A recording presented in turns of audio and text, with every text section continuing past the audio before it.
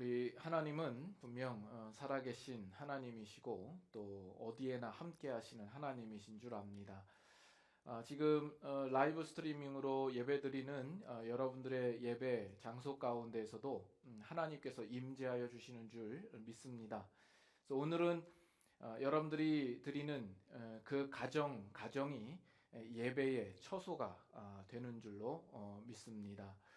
그래서 우리가 비록 이렇게 한 자리에 모여서 예배 드리지는 못하지만 우리가 정말 살아계신 하나님 앞에 예배 드린다라는 그 마음으로 우리가 자세를 바로하고 전심으로 드릴 수 있는 이 예배 시간이 되기를 원합니다.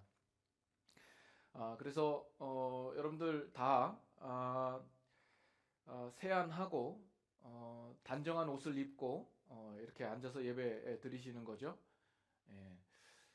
굳이 양복을 입을 필요는 없겠지만 누가 집에서 양복을 입겠습니까마는 혹시 파자마 차림으로 눈곱을 비비면서 이 예배에 임하시는 분이 있으니까 다음 주부터는 좀 더 우리가 준비된 마음으로 예배에 임했으면 좋겠습니다.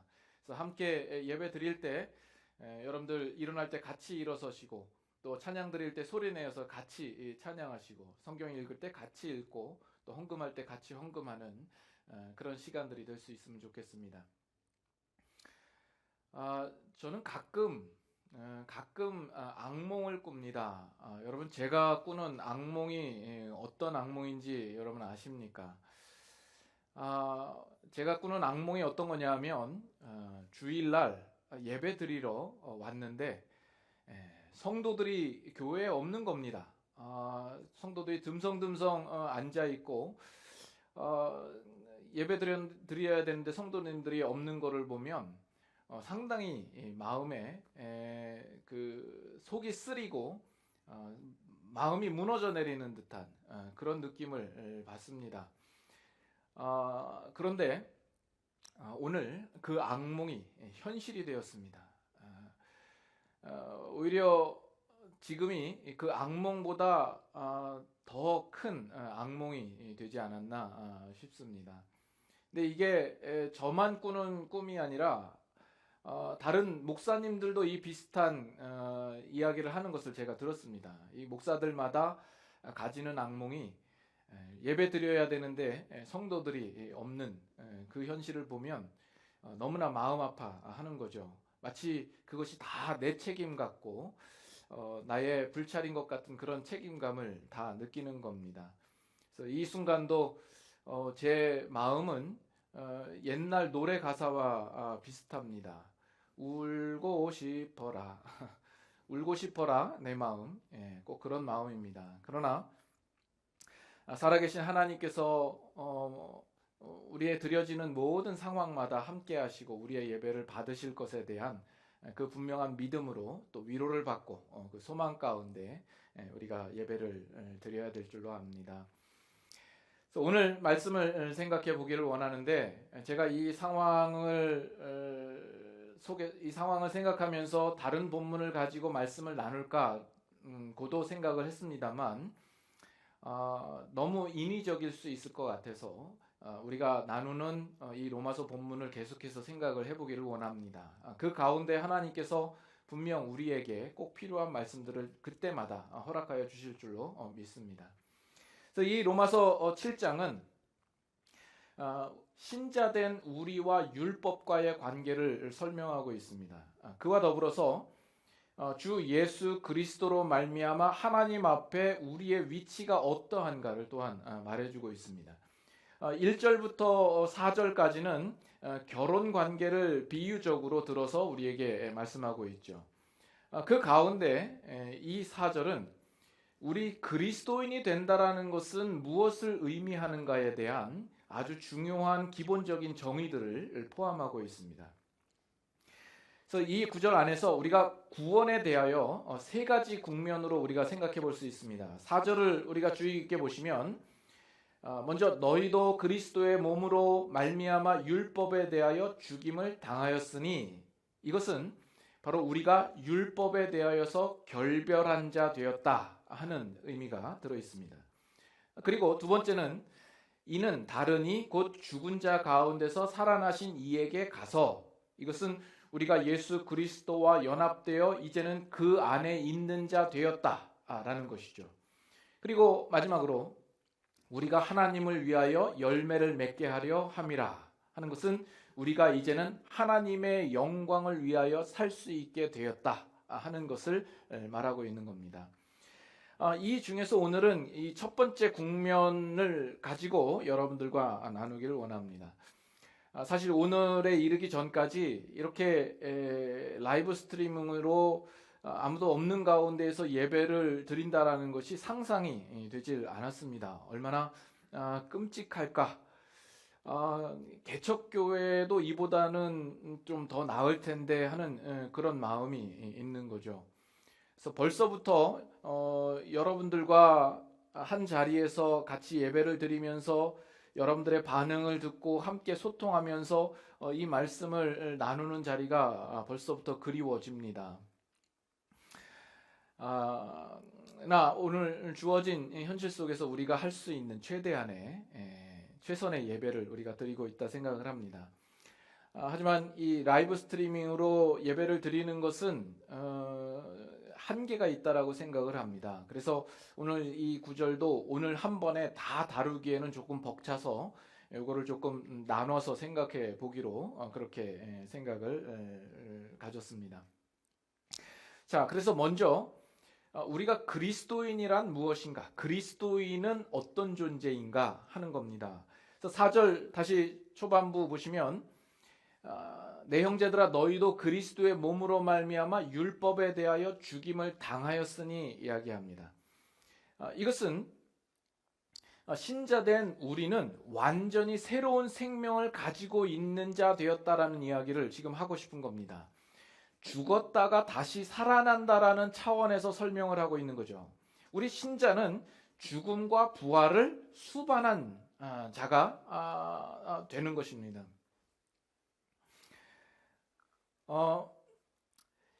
우리는 그래서 성경은 말하기를 거듭난 자가 되었다. 그리고 새로운 피조물이라 이렇게 이야기를 하는 거죠. 바로 그리스도인이 되었다라는 것은 바로 그런 사람이 되었다라는 것을 이야기합니다. 기존에 있던 나라는 존재에 대하여서 뭔가 조금 수정을 한 상태의 사람이 아니라는 거죠. 뭔가 좀 더 보완을 한 정도의 사람, 이것도 아니라는 거죠. 우리가 새롭게 태어났다라는 것은 옛것이 죽었다라는 것이요, 지금의 우리는 옛것과는 비교할 수 없는 옛것과는 다른 불연속적인 상태 속에 우리가 있다라는 이야기를 지금 하고 있는 겁니다. 그래서 신자와 불신자의 차이는 엄청난 겁니다. 결코 그 차이가 미미하게 보일 수가 없는 겁니다. 그래서 우리가 그리스도인이 되었다라는 것은 자연적인 것을 훨씬 초월한 영적인 겁니다. 이것은 율법이 할 수 있는 것하고는 거리가 상당히 먼 거죠. 아니, 율법으로는 불가능한 것입니다. 율법이라는 것은 내가 듣고 의지적으로 지키는 것이어야 됩니다. 그렇기 때문에 율법이 지켜지기 위해서는 내가 살아있어야 되고 그것을 지킬 만한 자격이나 요건이나 실력이 갖추어져 있어야 하는 겁니다. 그래서 내가 죽었다라고 한다면 이미 우리는 율법과는 상관없는 자가 되고 율법에서는 벗어난 자가 되는 겁니다. 우리가 죽었던 자리에서 생명을 얻고 다시 살아나는 것 또한 율법으로서는 절대 불가능한 일인 것이죠. 그래서 우리의 구원은 전적으로 은혜로 주어진 것이 되는 거죠. 우리는 은혜 아래에 있습니다. 우리가 이 자리에 온 것은 율법으로 온 것이 아니요, 우리는 더 이상 율법 아래에 있지 않습니다. 그렇지만 우리 인간들은 은혜를 힘입어서 주 예수 그리스도의 사람이 되었다라는 이 사실을 잘 인식을 하지 못합니다. 그것을 이해하는데 언제나 부족한 모습입니다. 이 서구 문화, 특별히 이 미국 사람들은 그들의 사고 방식 가운데 가장 중심에는 언제나 결단이라는 것이 자리 잡혀 있습니다. 그래서 모든 일에 합리적이고 논리적으로 판단을 해서 결단을 하죠. 그러면 그 결단한 것이 자기에게는 마치 하나의 어떤 계약을 맺은 것과 같이 생각이 되어서 결단한 일에 대하여서 책임을 지고 살아가야 한다라는 생각이 강하게 자리 잡혀 있습니다. 그래서 처음 예수님을 믿는 과정도 그러합니다. 오늘 예수님을 나의 구주, 나의 하나님으로 믿기로 작정하신 분은 이 앞자리로 나와주시기 바랍니다. 이렇게 구원에 초청을 하죠. 여러분, 이 방법이 이 미국의 부흥기에서 시작된 겁니다. 이 미국에서 시작된 겁니다. 그래서 미국 사람들은 뭐 다 그런 건 아니겠지만 이 서구적인 사고와 그 마인드가 뭐냐면 예수 믿는 것조차도 내가 스스로 선택하고 결단해서 이 자리에 이르렀다라고 생각을 하는 겁니다. 그리고 그 이후에 신앙생활을 하는 것도 내가 결단했기 때문에 내가 책임을 져야 한다라는 생각으로 신앙생활을 하는 경우가 많은 거죠. 반면 한국 사람은 조금 다릅니다. 어느 서양 선교사님이 한국에 와서 여러 날에 걸쳐서 이제 부흥 집회를 하는 겁니다. 그리고 그 집회가 끝날 때마다 이제 구원의 자리로 초청을 하는 거죠. 오늘 이 자리에서 예수님을 처음 믿기로 작정하시는 분은 이 앞자리로 나오십시오. 이렇게 초대를 합니다. 여러 날이 지나서 선교사님이 보고 그 마음에 하도 의아하게 생각돼서 한국 목사님에게 물어보는 겁니다. 아니, 목사님, 어떻게 저 사람은 6일 내내 나옵니까? 어떻게 같은 사람이 자꾸 나옵니까? 한 사람이 왜 자꾸 나오는 겁니까? 이렇게 묻더라는 거죠. 우리 한국 사람들은 그런 구원의 초청이 있으면 눈을 뜨고 먼저 두리번 주위를 살핍니다. 그래서 나가는 사람이 있나 없나 보고 나가는 사람이 적으면 자기도 이렇게 나가는 거죠. 저 금발을 하고 파란 눈을 가진 사람이 산 넘고 물 건너 여기까지 와서 그 애끓는 심정으로 복음을 전하는데 어떻게 가만히 있을 수 있는가 하는 거죠. 그렇게 초대를 하는데 나가는 사람이 없으면 어떡하나 하는 마음이 있는 겁니다. 그래서 한국 사람들은 내가 실제로 믿어서가 아니라 내가 결단해서가 아니라 그놈의 정 때문에 또는 그 성의를 생각해서 나라도 나가야 되겠다 하고 나간다라는 거죠. 그래서 그만큼 우리 인간들은 내가 은혜로 말미암아 예수 그리스도를 믿고 구원을 얻었다라는 이 일들에 대하여서 참 이해가 언제나 부족한 모습입니다. 그래서 오늘날 예수 믿고 신앙생활을 하는 사람들 가운데에서도 예수 믿는 이 사실 자체를 상당히 밋밋하게 생각하는 사람들이 많아요. 그들은 내가 스스로 예수님을 선택했다라고 생각을 하는 겁니다. 그리고 불신자와 다른 신자된 나의 모습이라고 하는 것은 단지 주일날 교회에 나와서 예배 드리는 것 하나 정도를 더 하는 것, 그 정도로만 생각을 하는 거죠. 그래서 이 신앙이라는 것도 얼마든지 내 스스로가 중단할 수 있고 내가 원하면 다시 재개할 수 있다라고 생각을 하는 겁니다. 오늘 예배 드리는 우리 네이퍼빌 제일장로교회 성도 여러분들 가운데에는 이런 신자들이 아무도 없기를 바랍니다. 여러분들도 그런 마음 아닐 것이라고 분명히 자기 자신을 보며 확신하시죠? 예, 저도 그렇게 믿습니다. 그러나 이 어려운 사태와 이 상황을 겪으면서 혹여 우리 주위에는 그 믿음이 흔들리고 하나님께로부터 멀어질 수 있는 여지를 가진 성도들이 있을지 모릅니다. 그래서 우리는 더욱 주의를 살펴서 정말 하나님의 손아귀에서 떨어지지 아니하도록 우리가 그들을 위하여서 더욱 기도하고 또 함께 나아갈 수 있도록 우리가 더욱 힘써야 되겠습니다.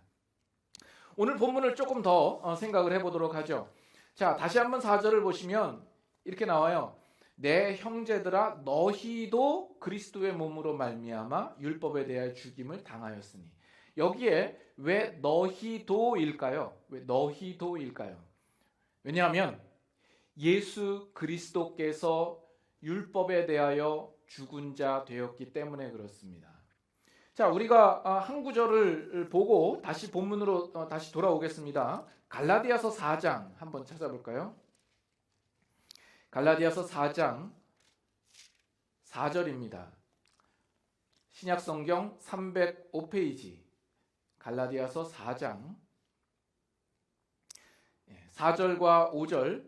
자, 제가 4절 읽고 5절은 다 같이 한 목소리로 읽도록 하겠습니다. 갈라디아서 4장 4절부터 있습니다.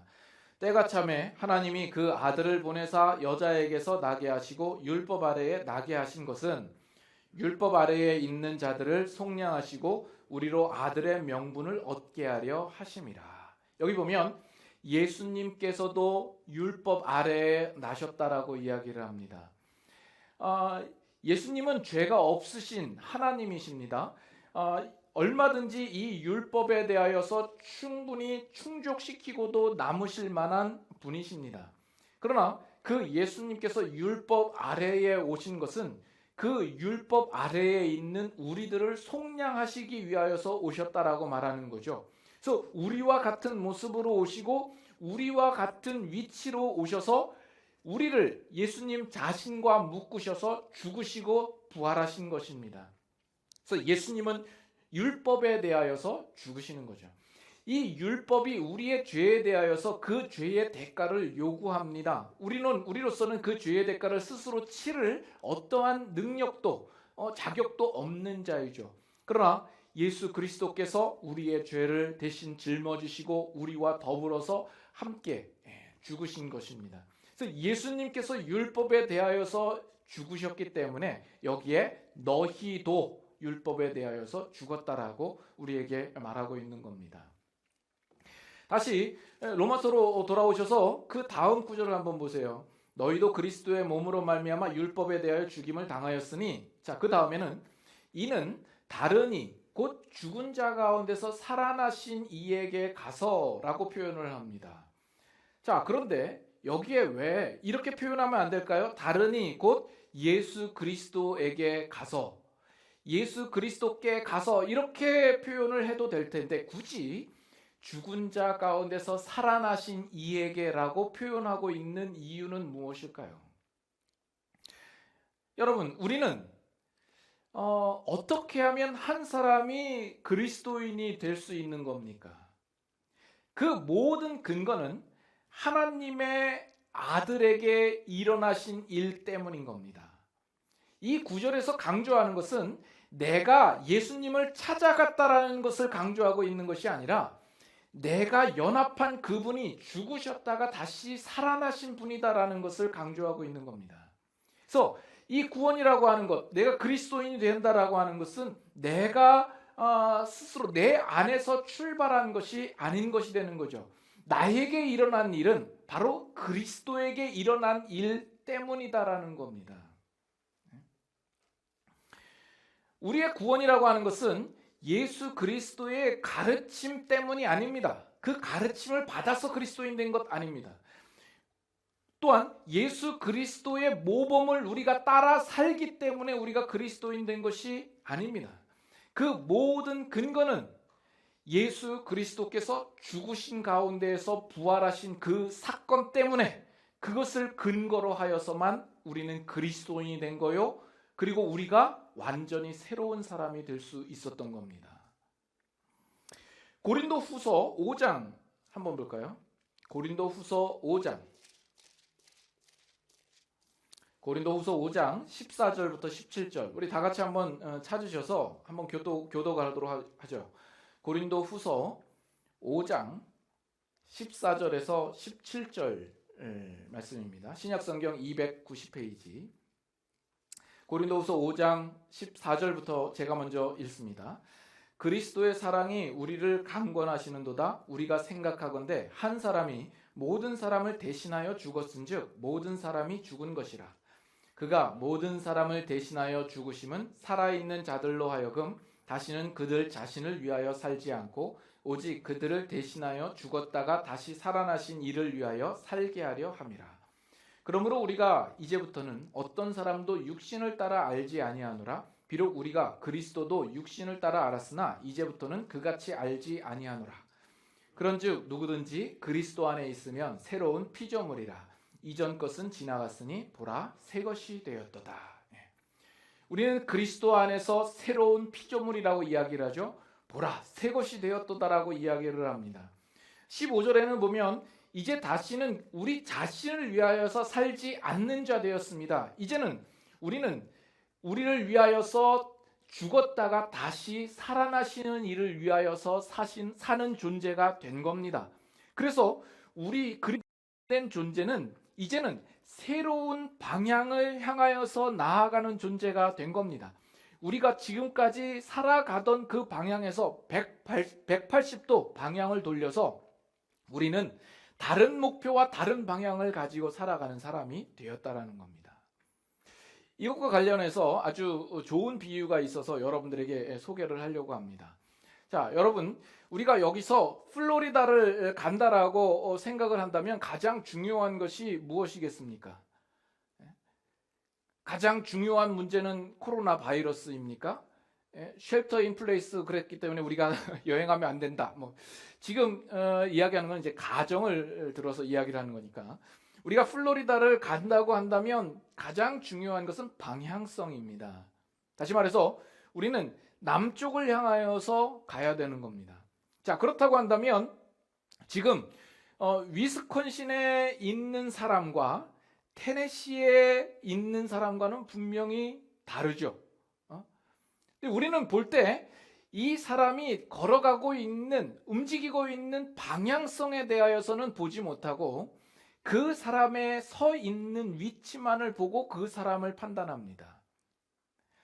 그렇지만 이 위스콘신에 있는 사람이 지금 열심히 남쪽을 향하여서 드라이브하고 있고 테네시에 있는 사람이 지금 열심히 북쪽을 향하여서 드라이브하고 있다라면 지금 당장은 테네시에 있는 사람이 플로리다에 훨씬 더 가깝겠지만 시간이 지나면 그것은 분명 바뀌게 되겠죠.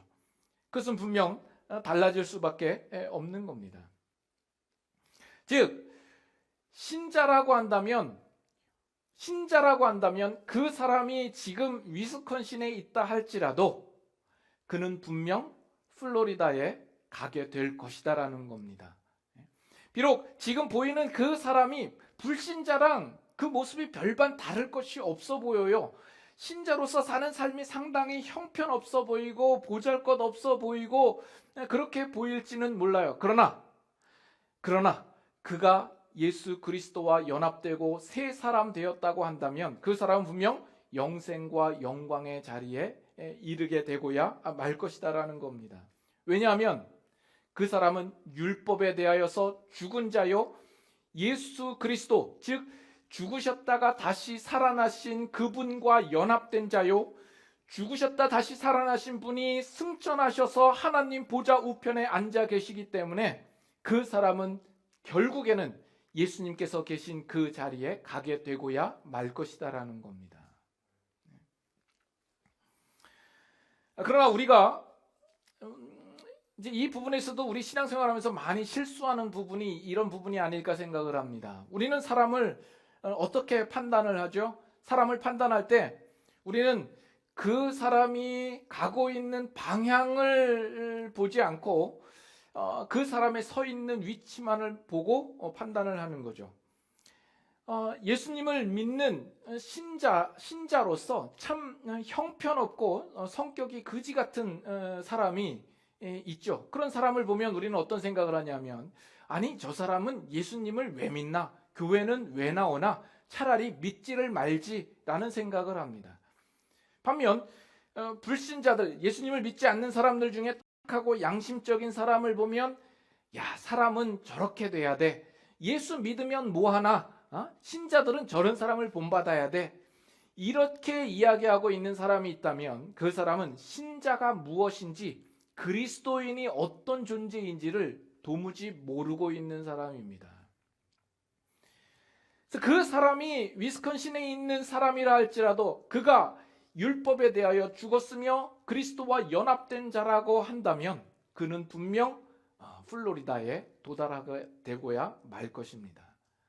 그 사람이 지금 있는 그 자리의 모습이 테네시에 있고, 아니 더 아래의 조지아주에 있다 할지라도 예수 그리스도를 만나지 못하고 연합되지 못하여서 그의 삶의 방향이 바뀌어지지 않는다면 그의 걸어가는 그 인생길은 가면 갈수록 그 영광과 영생의 자리에서 멀어질 수밖에 없는 것이죠.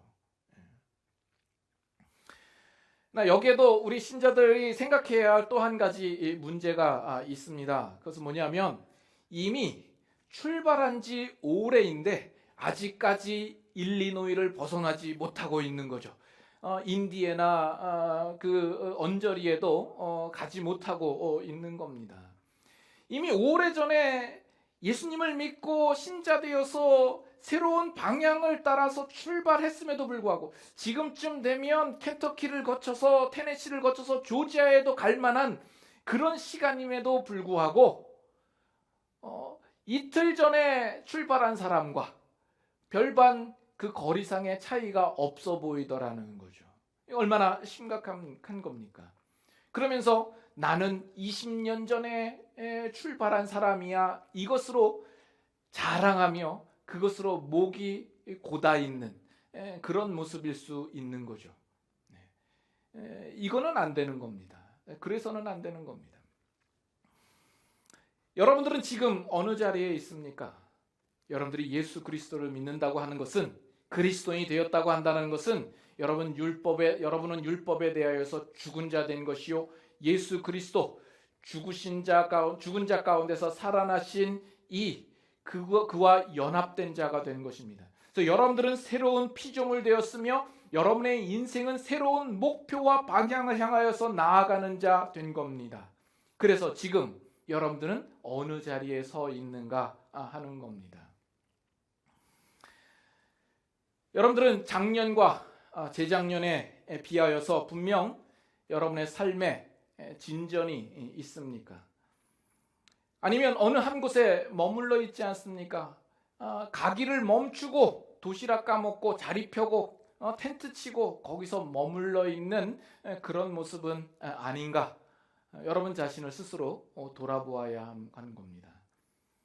우리는 다시금 신자로서 우리의 마땅히 가야 할 그 길을 걸어가지 않으면 안 되는 겁니다. 특별히 지금 여러 가지 상황이 좋지 않습니다. 우리가 함께 모여서 예배를 드릴 수도 없고, 또 함께 모여서 다락방 안에서 그 말씀을 나누고 신앙을 나누는 일에 있어서 상당한 제약을 우리가 받을 수밖에 없습니다. 그리고 여러분들의 사회생활도 그렇고 직장 생활이나 여러분의 사업도 어려워지고 경제적으로도 많이 압박을 받게 됩니다. 그러나 이 모든 것이 여러분들이 하나님의 사람으로서 걸어가야 할 그 길에 결코 방해물이 되지 않기를 소망합니다. 우리 한 말씀만 보고 마치도록 하죠. 히브리서 12장입니다. 히브리서 12장, 우리가 잘 아는 말씀 한번 읽고 마치도록 하겠습니다. 히브리서 12장 1, 2, 3절입니다. 1, 2절 제가 읽고 3절 같이 한번 읽습니다. 히브리서 12장 1절입니다.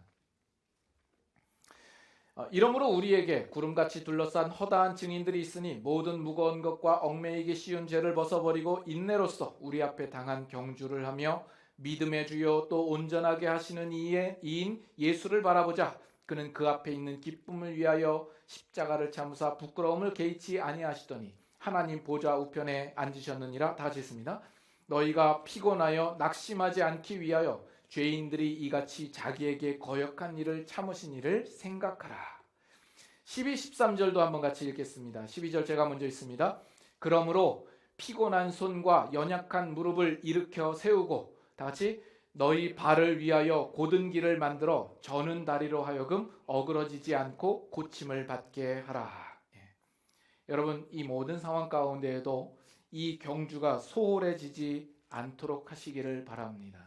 이를 위하여서 우리가 서로 이 믿음의 삶을 위하여서, 우리가 걸어가는 그 길을 위하여서 서로 격려하며 위로하며 응원하며 서로 끌어주고 밀어주고 우리의 가야 할 길을 가야 하겠습니다.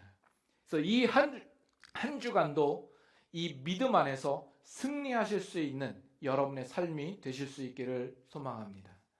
기도하겠습니다.